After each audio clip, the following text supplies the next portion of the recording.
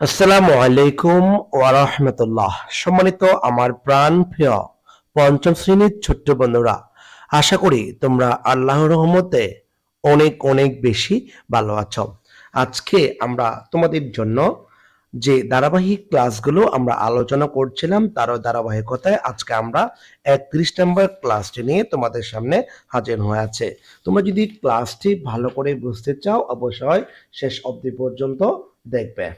আর class যদি কোনো কিছু না বুঝে থাকো তাহলে আমাকে কমেন্টসে জানাবে। তোমাদের জন্য আমি সবসময় কমেন্ট সেকশন খোলা রাখে। তোমরা অবশ্যই ক্লাসের কোনো কিছু সমস্যা হলে সেটা আমাকে সরাসরি জানাতে পারো। তাহলে আমরা মূল ক্লাসে চলে যাই। আজকে তোমাদের পঞ্চম শ্রেণীর আমরা ইউনিট 9 থেকে অর্থাৎ 9 নাম্বার ইউনিট থেকে গেট রেডি টু লিসেন এখান থেকে 10টি বাক্য সংগ্রহ করেছি এবং আজকের ক্লাসটি হচ্ছে 2026 সালের 31 নাম্বার ক্লাস। 2025 সালেও আমি অনেকগুলো ক্লাস আপলোড করেছিলাম, তোমরা হয়তো আমার ইউটিউবে প্লেলিস্টে পাবে।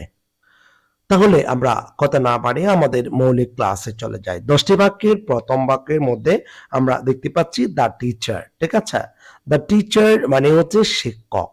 এরপরে বলছে the classroom with a smile মানে একটি মৃদু হাসি দিয়ে শিক্ষক ক্লাসে প্রবেশ করলেন। তাহলে এখানে শব্দ আছে এন্টার। এই এন্টার শব্দটা যখন আমরা এই জায়গাতে বসাবো, ঠিক আছে, এন্টার এটা বসালাম। যেহেতু সাবজেক্টটি থার্ড পারসন সিঙ্গুলার সেহেতু আমরা মূল ভার্বের শেষে এস যোগ করব। তার মানে the teacher enter the classroom with a smile. এরপর আমরা বি নাম্বার দেখবো। বি নাম্বারে দেখতে পাচ্ছি সাবজেক্ট হচ্ছে থার্ড পারসন সিঙ্গুলার। ঠিক আছে, সাবজেক্ট যেহেতু থার্ড পারসন সিঙ্গুলার আছে, এখানে যেটা ভার্ব আছে এই ভার্বটা যখন আমরা এই জায়গাতে বসাবো তখন কিন্তু ভার্বের সাথে অবশ্যই এস যোগ করতে হবে।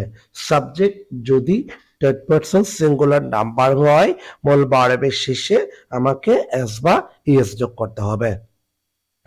এরপর আমরা সি নাম্বার দেখবো। সি নাম্বারে এখানে আই হচ্ছে পাস্ট পারসন।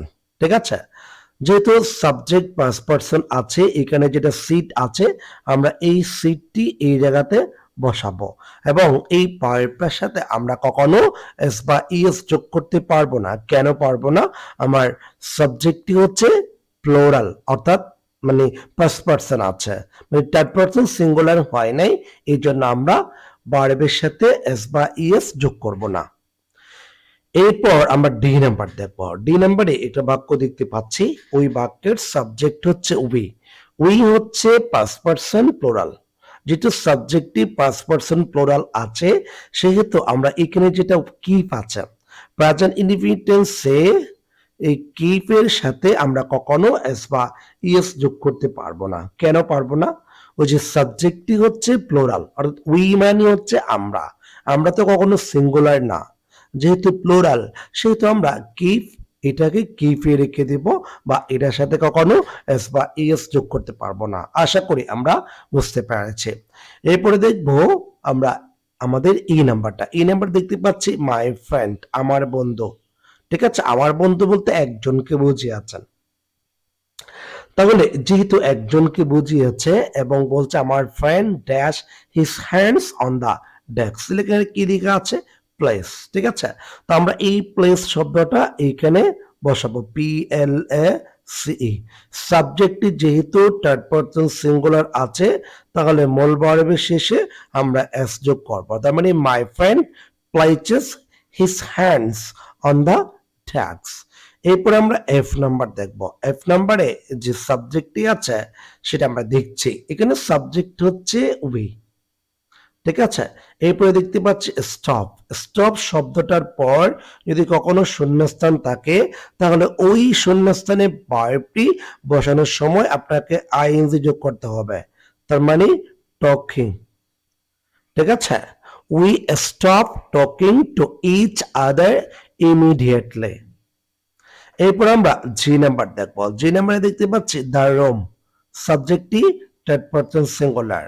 যেহেতু সাবজেক্টটি থার্ড পারসন সিঙ্গুলার আছে আমরা সেহেতু এখানে যেটা বিকাম আছে এই বিকামটা এখানে বসানোর সময় এটার সাথে আমরা কি যোগ করব? একটি এস যোগ করব। তার মানে the room becomes very quiet. আশা করি আমরা ক্লাসটি ভালো করে বুঝতে পেরেছি। এরপরে আমরা পরবর্তী এইচ নাম্বার যে বাক্যটা আছে সেটা আমি দেখব। এইচ নাম্বার বাক্য দেখতে পাচ্ছি এখানে সাবজেক্টে আছে আই, এখানে টেক বসাতে বলছে। তো আমরা এটা যখন টেক বসাবো, ঠিক যেভাবে আছে সেভাবে বসায় দিচ্ছি, কেননা আমার সাবজেক্টটি হচ্ছে 5%। সাবজেক্ট যেহেতু 5% আছে, তাহলে ভার্বের সাথে কখনো এস বা এস যোগ করতে পারবো না। এরপর আমরা আই নাম্বার দেখবো। আই নাম্বারেও সেম কথা, সাবজেক্টটি আছে উই, উই মানে আমরা, 5% প্লোরাল, ঠিক আছে।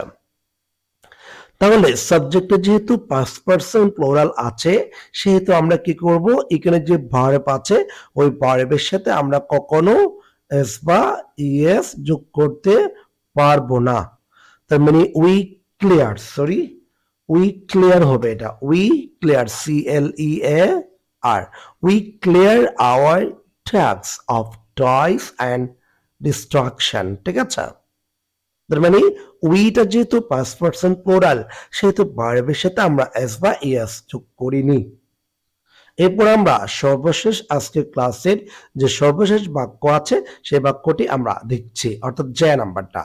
যে নাম্বারে এখানে লেখা আছে এভরিওয়ান, ঠিক আছে।